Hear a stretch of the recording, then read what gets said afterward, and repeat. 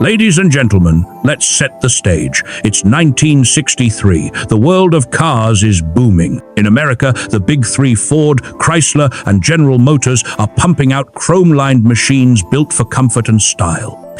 In Europe, it's a different story. Designers in Italy are obsessed with sleekness, with aerodynamics, with turning cars into moving sculptures. And somewhere in the middle of all this, something unusual happens.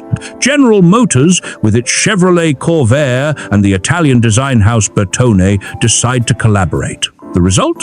A car that looked like it had no business being on Earth in 1963, the Chevrolet Testudo. Now, if you've never heard of it, you're not alone. The Testudo wasn't a production car.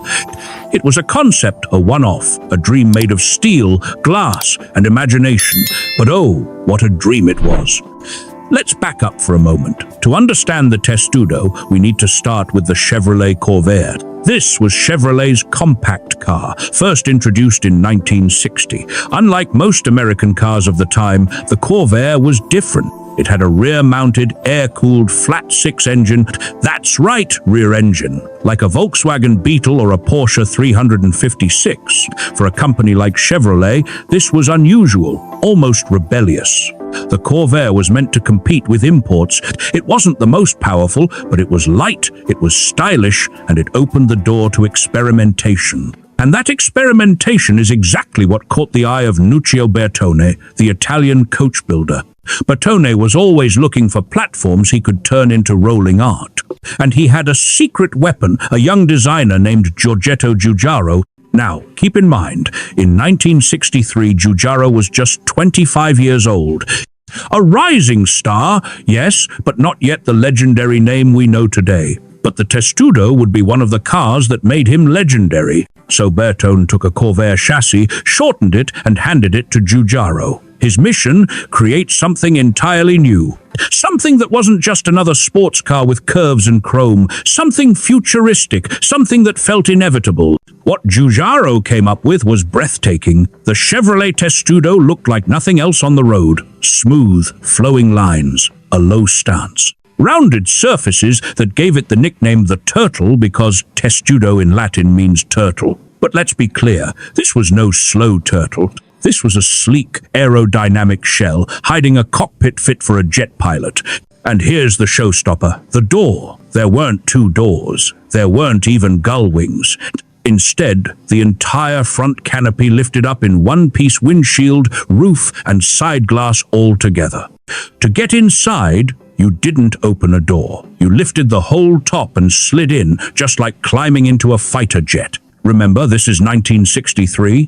At a time when most cars had doors that squeaked open like old cupboards, the Testudo looked like science fiction. The headlights were hidden, the body was one continuous surface, no brakes, no unnecessary chrome. Giugiaro once explained that he wanted to merge the plan view, the top-down look of a car with the side view, into one continuous form. And looking at the Testudo, you can see exactly that. The car looks like a single line, wrapped smoothly around a mechanical heart. When it was unveiled at the Geneva Motor Show in 1963, jaws dropped. Nuccio Bertone himself drove the Testudo across the Alps to bring it to the show. Picture that scene. Snow-capped mountains, winding roads, and this futuristic coupe gliding along like a UFO on wheels. People at Geneva had never seen anything like it. It wasn't just a car, it was a vision. A glimpse of what cars might look like in 10, 20 years. But here's where the story takes a turn. After Geneva, the Testudo became something of a celebrity. It appeared at shows, in magazines, and even on film. But during a shoot at the Monza racetrack, disaster struck. The car was involved in an accident. It wasn't destroyed, but it was badly damaged. And Bertone, rather than pouring money into repairs, simply pushed it aside. The Testudo faded from the spotlight. For decades, it sat neglected, and yet its influence lived on. Giugiaro went on to design the DeLorean DMC-12, the Lotus Esprit, the BMW Moan, and even everyday icons like the VW Golf. And in each of those, you can trace little echoes of the Testudo, the hidden headlights, the flowing lines, the cockpit-like cabin. The Testudo may have been a one-off, but it planted seeds across the automotive world. Think about it.